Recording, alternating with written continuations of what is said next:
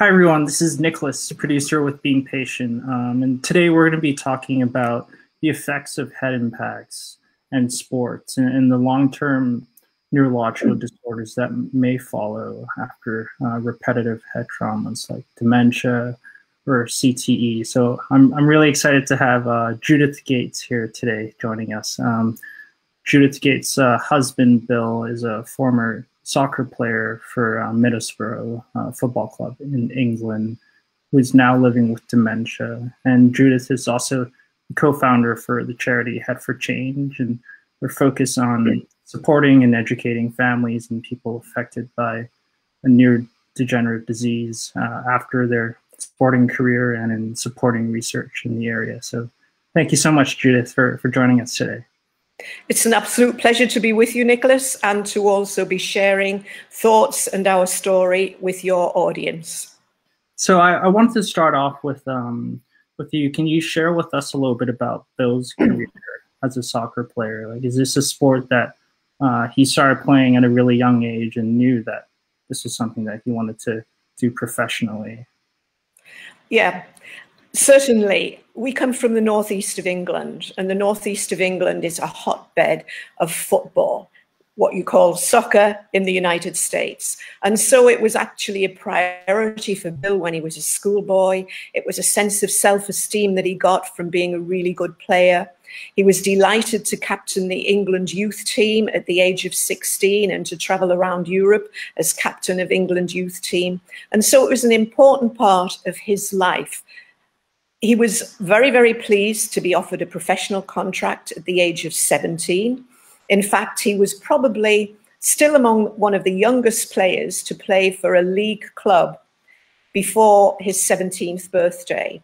And he played for Middlesbrough, that was in the second division in the UK, from 1961 until 1974. A one-club man, 13 years with one club. 333 first team games at centre half, centre back. So he really dedicated his whole professional career to that one club, right? And you mentioned that one of his strengths as a player was his headers and up in the air, right? Can you tell us a little bit more about that? Because that's also where that's where some of the head injuries started happening, right? Indeed. As I said, Bill was a centre back. One of the things that I remember clearly from his time playing was newspaper reports where the usual headline was, Gates was strong in the air. And he was expected to be the one who protected his goal at the time of corners, went up to the opponent's goal when his team had a corner in order to try and get the ball in.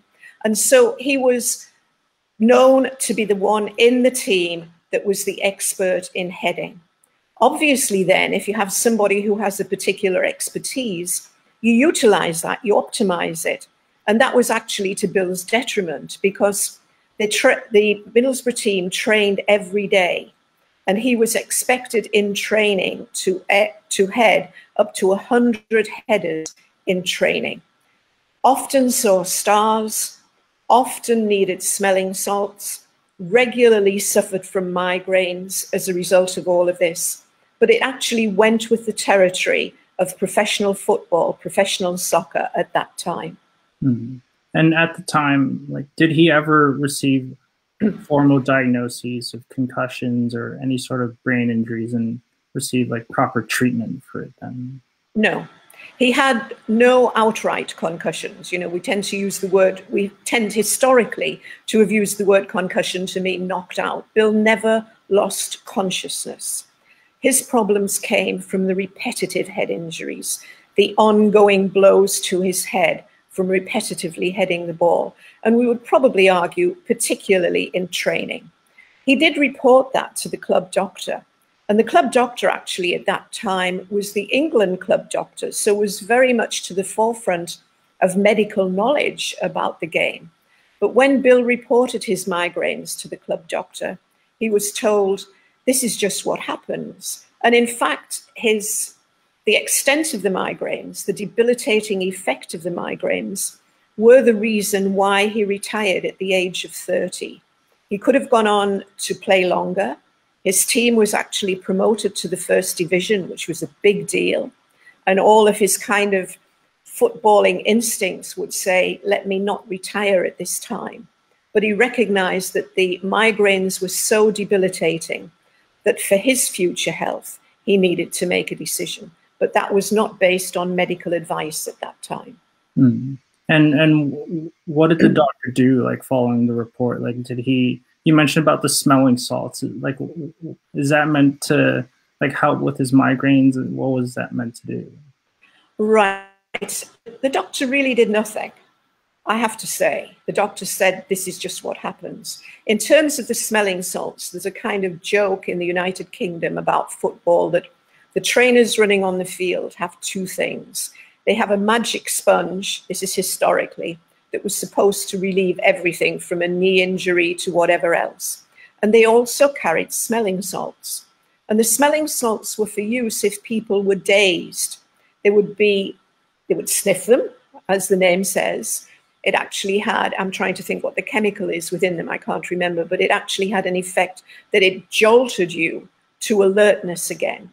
The problem in looking at this now, with the benefit of hindsight, is the recognition that the smelling salts actually exacerbated, made worse any potential injury. Because if the repetitive head injury had been such that the brain was moving within the skull and outcomes were negative from that, the smelling salts caused further movement. They actually caused the head to jerk back, which exacerbated the movement within the skull, almost like secondary impact syndrome. Mm. So paradoxically, what was being given to ensure that the players could continue playing, because that was the focus, they were there to play, they were there for the needs of the team, the needs of the game. Paradoxically, what was happening to them was making the injury worse. Mm. And as you mentioned, eventually the migraines got so bad that he decided to retire, right? And you mentioned that he's lucky because he actually studied to be an accountant and went on to get involved in business. Can you tell us a little bit more about his life after retirement? Yeah, I'll have to actually begin during playing, because while he was playing, he was studying accountancy. He was serving his articles, working for a firm of chartered accountants on the afternoons after training. And so that gave him a tremendous head start, if you like, for life after football. So he was able to take his accountancy knowledge and begin a business. He opened his first sports store just before his retirement. He built it up to a chain of 12 sports stores throughout the Midlands and Northern England. And all of that was very much a combination of his accountancy skills, his entrepreneurial skills, and his knowledge of the sporting world. Mm. And how about for the migraines that he was experiencing? Did those migraines continue after his retirement for quite some time? They continued for about a decade after his retirement. We tried all sorts of things. We had tests for food allergies. We had medical tests to see what might be going on. They also went alongside mood changes, greater impetuosity, shorter attention span, shorter fuse, if you like, for anger. I mean, at the time, you look at all of those personality changes and you think, is this the person? Is it the transition from being a professional sports person to being a businessman with all of the resultant joys, but also the necessary worries that go with that? Retrospectively, we look at it, and in terms of looking at the life cycle of chronic traumatic encephalopathy, we recognize that these were probable indicators of the damage to his brain, even at that age. Mm. And eventually he received a dementia diagnosis. But what was the point that really pointed you or Bill and the family that possibly he might be suffering something more than migraines, might be symptoms of dementia? Or are there like particular instances that you could point to that the real red flags? Yeah, I think that to give a background to answer this question, there was always an anticipation that he may suffer from dementia, because the generation ahead of Bill in football, many of them did get diagnoses of Alzheimer's, dementia, motor neuron disease, and so on. And within the footballing family, we were aware that this was happening. And putting that alongside Bill's career as a centre-back and his history of heading and his history of migraines, Bill always anticipated that it could be a possibility. And I say that to indicate that we were aware of this. So to a certain extent, we were looking out for it. Mm. And when the memory problems started, probably in his early to mid-60s, there was an element where we thought, please don't let this be the case. But there was also another element where we thought, we knew this might happen. Is it really happening now? Mm. And the symptoms that he presented with, the ones that would be very typical to anyone who has a family member suffering from memory problems and dementia. First of all, forgetting dates, forgetting times, forgetting things that you're supposed to do, short-term memory issues of not being able to retain information, moving on to change in executive functioning, unable to plan activities and to work out what to do next, and just a gradual deterioration. This has been a 10+ year journey from the very first symptoms, from a man who was can do, get go, had built up a very thriving business in the United Kingdom, was never fazed by anything, thought that he could take on any challenge, to somebody who forgot what he was doing, couldn't plan what he was doing, became increasingly dependent and reliant upon family members, and I have to say, an absolute shadow of his former self. Mm. And that must have made it a lot harder for him to manage the business, right? Eventually, I'm assuming he had to retire from his business, right? Can you tell us a bit more about how he managed that part? Well, what I have to say, Nicholas, is we were extremely fortunate that we sold the business in our early 40s. Okay. We built up a very successful business. We were able to sell it to a public limited company in the United Kingdom, and Bill retired on the basis of this from full-time work in his early 40s. So we have been a lucky couple. We've had a number of years of retirement before the memory problems really kicked in. So the memory problems did not lead to selling the business. The memory problems were obviously incipient. They were all ready to kind of begin, but we had our early retirement, for which we're extremely grateful, because we could not be enjoying retirement now. And by 2014, Bill received a diagnosis of mild cognitive impairment, or we say MCI, which is the precursor of dementia. Can you tell us a bit about the diagnostic process of his MCI in terms of going to see the doctor and what happened? Yeah, we went to see a neurologist in London. The diagnostic process included a brain scan and also included quite extensive cognitive testing and also physical testing. And then ultimately, I was invited to sit in at the time of the cognitive testing. And it was extremely interesting for me as a former academic and educator to listen in detail to his responses and recognize things that I had previously glimpsed, but were now seeing more clearly. For example, one of the cognitive tests was Bill was told a story, perhaps 10 sentences long, and then asked to repeat key events in it, and he couldn't remember any. And that kind of gave me a real insight into our everyday life in terms of what he was taking in from any conversation. At the outcome of the array of tests, the diagnosis was given of mild cognitive impairment. I also clearly remember that the neurologist said, "Your husband does not have Alzheimer's or dementia." And I remember a great sense of relief, thinking, it's mild cognitive impairment. This could stay the same. It may not get worse.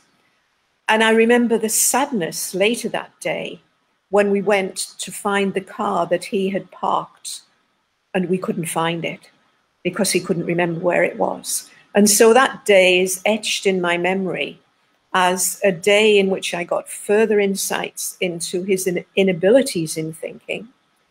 I had a moment of hope when I was told he didn't have dementia. And then I had an absolute crashing down of emotion when I realized that he could not function normally, and that there was the probability that this MCI would progress, which indeed it did. Right. It was a bit of like a foreshadow of what might come, right? And Absolutely. so from MCI to dementia, what are some of the changes in symptoms that you see from the two different diagnoses and conditions? I think an exacerbating of symptoms, what can be a mild, I can't remember what time we're meeting, then becomes, I can't remember that I even have a meeting, then becomes, I can't remember that I've been anywhere. And so it's the gradual progression of things falling away. My friend once described it as you have a tree in full leaf and then leaves fall. And it's a little like that there are falling leaves, continual falling leaves, until the tree right now, 10 plus years on, is almost bare. And Bill, for example, now is forgetting how to wash his hair, is forgetting how to turn on a light. And so it's a journey towards not knowing. It's a journey from knowing and being able to plan towards not knowing and being unable to plan and being increasingly dependent. And by 2017, that's when he officially got the diagnosis, dementia caused by probable CTE, right? Is that correct? And can you tell us a bit about, like, what does that mean, caused by probable CTE? Right. What does it mean, probable CTE? The situation was that Bill went for tests to seek to enroll in an Alzheimer's research project. One of the tests was a PET scan with amyloid tracers. And the neurologist was extremely surprised at the outcome from this because he essentially failed. There was no evidence of, he did not hit the borderline evidence of the level of amyloid needed to be in his brain for him to be a member of this research project. The neurologist then raised the question of a graduated scale. She said she'd only got has sufficient, has insufficient. And so we arranged for Bill to have a spinal tap that would give an indicator of both amyloid and also tau protein. Right. And those are the two hallmarks of Alzheimer's, right? Amyloid is certainly the hallmark of Alzheimer's. Tau is the hallmark of CTE, but I think that amyloid can also be present in CTE. But the result of this test indicated that Bill's amyloid levels were so far within the normal range that the neurologist said, I can't give a diagnosis of Alzheimer's. He does not have Alzheimer's. However, he does have elevated tau, which is indicative of a tauopathy, of which CTE is one. He had no symptoms of any other tauopathy, and he had obviously potential for developing CTE given his sporting history. So we were given a provisional diagnosis of CTE with the knowledge that you can only get a definitive diagnosis post-mortem. Right, and I want to talk more about the organization that you co-founded, Head for Change. Can you tell me about what inspired you and your other co-founders to establish this organization? I was inspired by a desire to make a difference and to ensure that I did all that I could to make sure that no future players suffered as Bill is playing.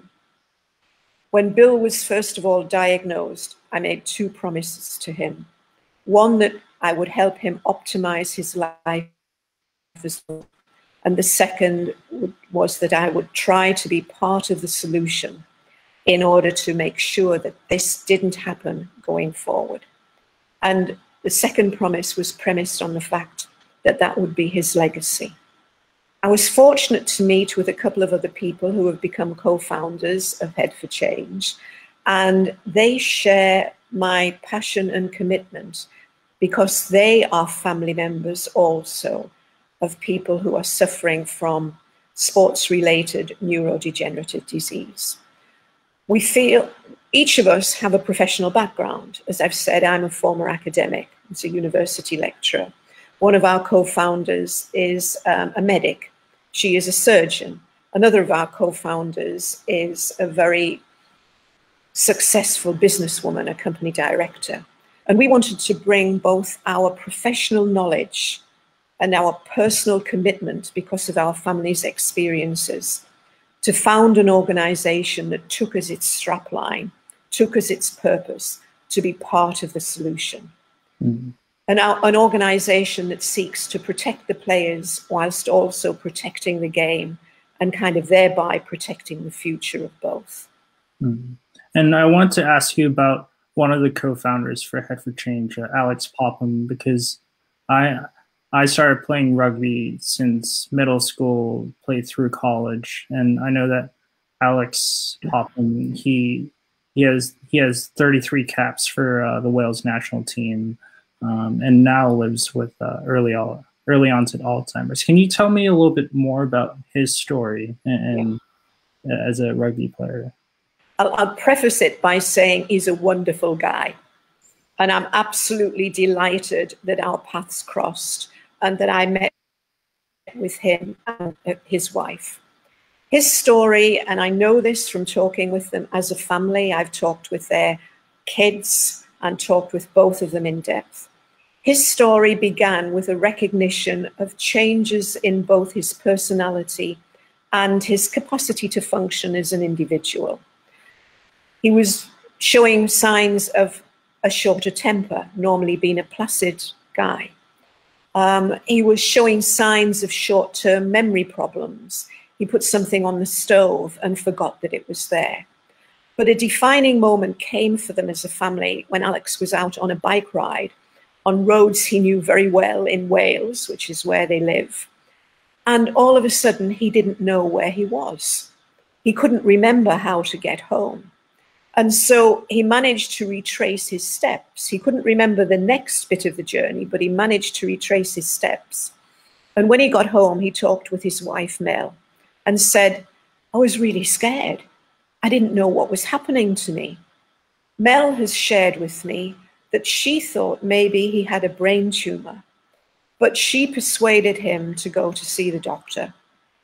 And many tests later, scans with DTI, traces, etc., he was diagnosed with early onset dementia at the age of only 41. And in Alex's words, he said, he loves the game of rugby. He loves the sport of rugby. He knew that he was beating up his body when he played it from a youth right the way through to his absolutely successful international career. But as Alex says, he never thought he was giving it his brain. And in recognizing that, it was an absolute wake-up call, both for him as an individual to optimize all that they could do with his life going forward, but also for them as a family to share the passion that I and my family have to try and be part of the solution. Mm-hmm. And that is the reason that the Popham family and the Gates family came together with both, looking at both rugby and football and at soccer in order to say, let's collectively work to make a difference. Mm-hmm. And one of the things that's really hard about dementia is, the caregiving side of things and how the family can take care of their loved ones, right? And one of the things that you mentioned Head for Change is doing is providing support for families and caregivers. Can you tell us about some of the specific work that the organization is doing in that area? Of course. Once we launched, we received many communications from people who said, family members who said, we feel so alone. We feel that no one cares. We'd given a diagnosis and we left to get on with it. One of the most poignant communications that I received from one person said, I just need And then she'd put several dots. I don't know what I need. And for me, she was really highlighting the bewilderment on the part of the family members who are faced with the long goodbye, as it has been described, who are faced with practical problems of support, who are faced with mourning their partners while they are still alive, because you are losing the person they were and you're left with the shell. And this actually really emphasized the fact that we had set up to give care and support to family members, but we were recognizing the reality of it in the communication that we were having from family members.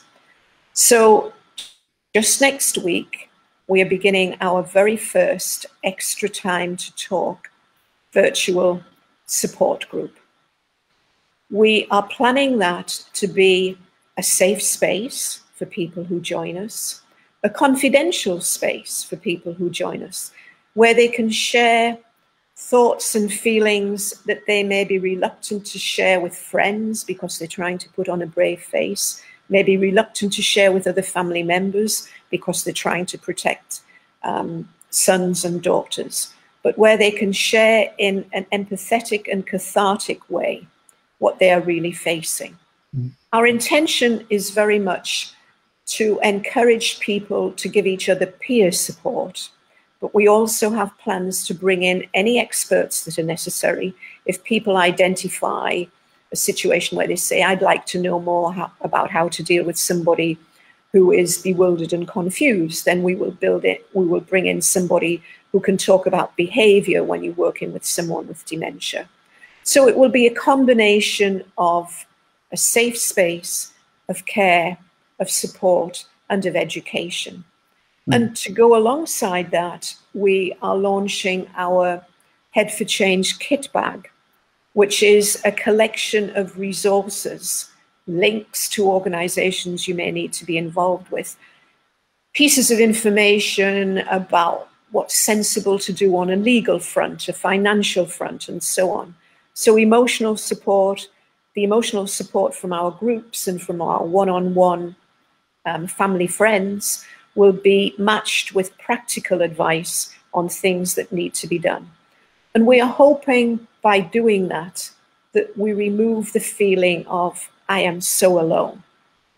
And that we also encourage people to look at positives on the basis of not every day is good, but let's find what's good in every day. Mm-hmm.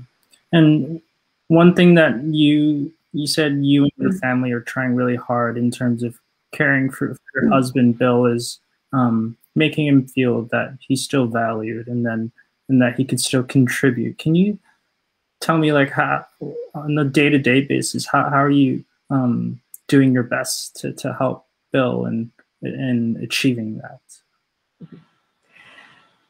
We're striving to achieve it because he is still valued. He's still my life partner, my son's dad, my granddaughter's granddad, much loved on all of those fronts. And we're trying to make him help him to feel good by working with him and trying to see things through his eyes. So, for example, my kind of favorite bit would be, historically, Bill has always made a fresh fruit plate for the family. It's his job on a morning. He gets the strawberries, the blueberries, the oranges out. However many people are with us at that time, he puts the number of plates out and he makes a fresh fruit plate. And and with guests as well, they become known as Bill's fresh fruit plate. He's renowned for them. We continue with that. What's happened now is that I have to get the fruit out. I have to get the number of plates out. I have to say to him, and it was really sad for me just a week or so ago, you may be better peeling the orange with your fingers, Bill, rather than with a knife, because he's forgetting how to do things. But what we collectively do is when the plate is made, we celebrate with him. And we say, our fresh fruit plate, Bill's fresh fruit plate. Thank you. Now, that's just one example, but we're trying to put that into everyday life. So what he is able to do, we support him in doing and help him to continue doing it. and then we thank him for doing it, so that he has a sense of his personal worth, his ongoing contribution to the family to whom he has already given so much. And that's why, you know, the support groups that you're launching soon will be so important, right? Because these are like the little strategies that doctors won't necessarily tell you on what to do, right? It's about caregivers sharing about like their feelings, and maybe day-to-day strategies in caregiving that can be really helpful, right, for others to navigate. Yeah, and I think if I have one message to other caregivers that has been so helpful to me, is try and look at things through his eyes. Once you do that, then it actually takes away irritation at repeating the same thing over and over again. And it actually frees you to support him to do what he is still able to do. And aside from supporting families and caregivers, Head for Change is also focused on supporting research, right? Can you tell us about the type of research that you're supporting? Yeah, we're very much wanting to support independent research that is player-centered and precautionary. Let me explain a little more about that.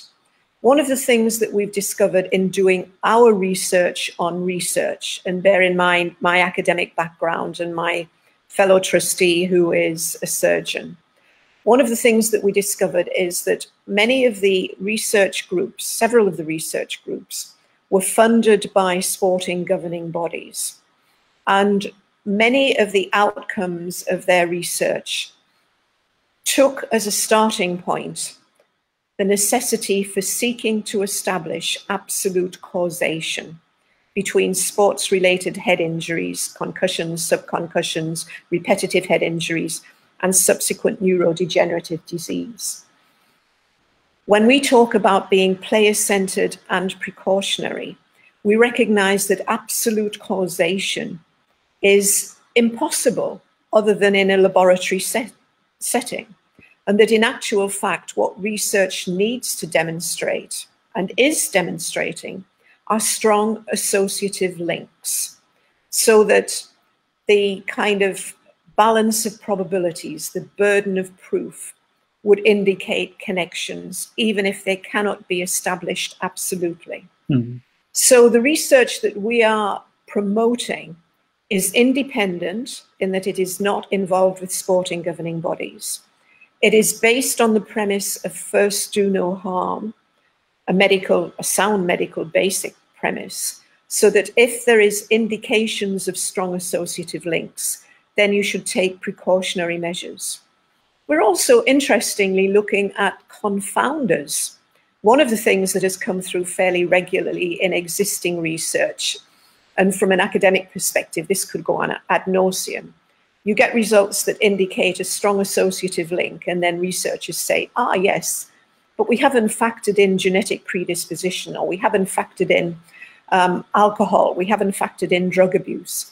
So we're actually also researching those confounders to see if there's any indication of strong associative links that would jeopardize other research findings. So really, in summary, independent, precautionary based, looking for strong associative links as distinct from absolute causation, and looking to protect players on the basis of first do no harm. So would it be like research focused on looking at the risk factors associated with CTE, as well as what are some of the preventative measures that sports can do, say, for example, soccer can do to prevent head injuries from happening in the first place? Literally all of the above. We would be looking at the risk factors. We would then be looking at the modifications that could be made to soccer and rugby that could protect the game, keep the gameplay continuing to be played, but also protect the players. We would be looking at the technological advances, such as what you mentioned before about mouth guards, etc., etc. We are also looking at lifestyle changes, at ongoing monitoring of health in order to be able to intervene wherever possible. So we'll be looking at diagnosis, prognosis, actions that could be taken during lifetime to prolong health, etc. So the big picture approach that is focused, first of all, on the players and also very much on first do no harm, a precautionary approach.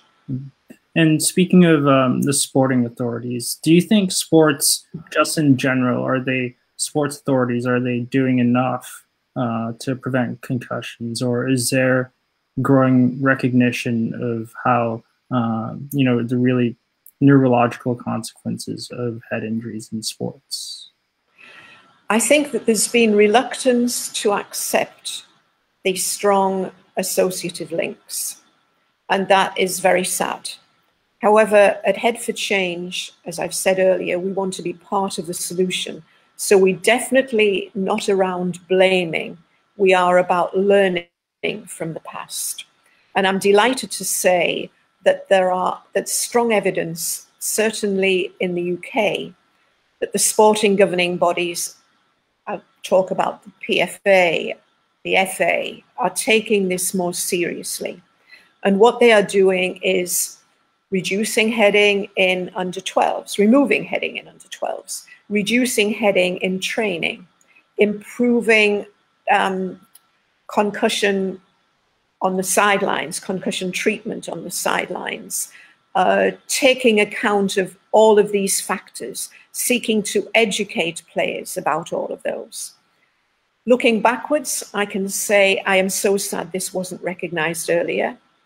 Looking to today and the future, I can say that I am delighted that there is growing recognition, and I hope that we have reached the tipping point of real change coming about. Mm-hmm. I'm also very pleased that there's been a recent parliamentary inquiry in the UK into head injuries in sport, and I'm cautiously optimistic that this may help in bringing about some of the much needed changes. And what is the UK parliamentary inquiry into brain injuries in sports? What's the discussion there involved? It's involved a wide-ranging, it's taken a wide-ranging approach. It's actually looked at all of the aspects that come into play. I mean, they have interviewed heads of groups in the UK that are involved with concussion and brain injuries. They have interviewed researchers. They have interviewed family members. And they have also invited submissions, broad-based submissions on the whole range around research, education, and care and support. So it's been a very wide-ranging inquiry. I understand that the report is due at the end of this month. Head for Change felt very privileged that in the presentations to the government inquiry, to the parliamentary inquiry, we had unsolicited mentions from an MP, from someone involved in a brain injury group, indicating that they felt that there was scope for Head for Change to be part of the solution, based on a recognition of having a position, not quite a voice at the table, but a position there. We submitted a position paper to the parliamentary inquiry, which included aspects of what had been reported and that we agreed with, but also included suggestions as to a pathway of a way forward. And we are waiting with our fingers crossed in the hope that our voice will be heard. And like you said, there has been some progress in the sporting authorities in terms of trying to prevent concussion, right? Like, even though they have been reluctant, but recently there have been changes, right? Like you mentioned, the FA in the UK, they've provided guidance of no headers for under 12 football. Yeah. Like that's progress, isn't it? It's progress. It's progress. Yeah. I mean, the thing that all of us advocates want is more progress. You know, we say the big danger in working in advocacy is that you're always aware of how much more there is to achieve. And sometimes you just have to say, look at how far we've got, let's build on this, and then continue on our journey towards a kind of more comprehensive, more cohesive outcomes. Right. Yeah. Well, thank you so much, Judith, for your time to speak with us. Is there anything else you'd like to add? Not at all. I appreciate having been given this platform to talk about the issue. I think that anyone listening will share with me concerns as to recognizing the fragility of the brain and the fact that now is the time that we do need to make changes to protect the current generation and the future generation. And I'm just, as I say, totally appreciative of having had the opportunity to share my story, Head for Change's story, and our journey with you all. So thank you, Nicholas. And thank you, everybody else. All right. Bye, Judith. Thank you.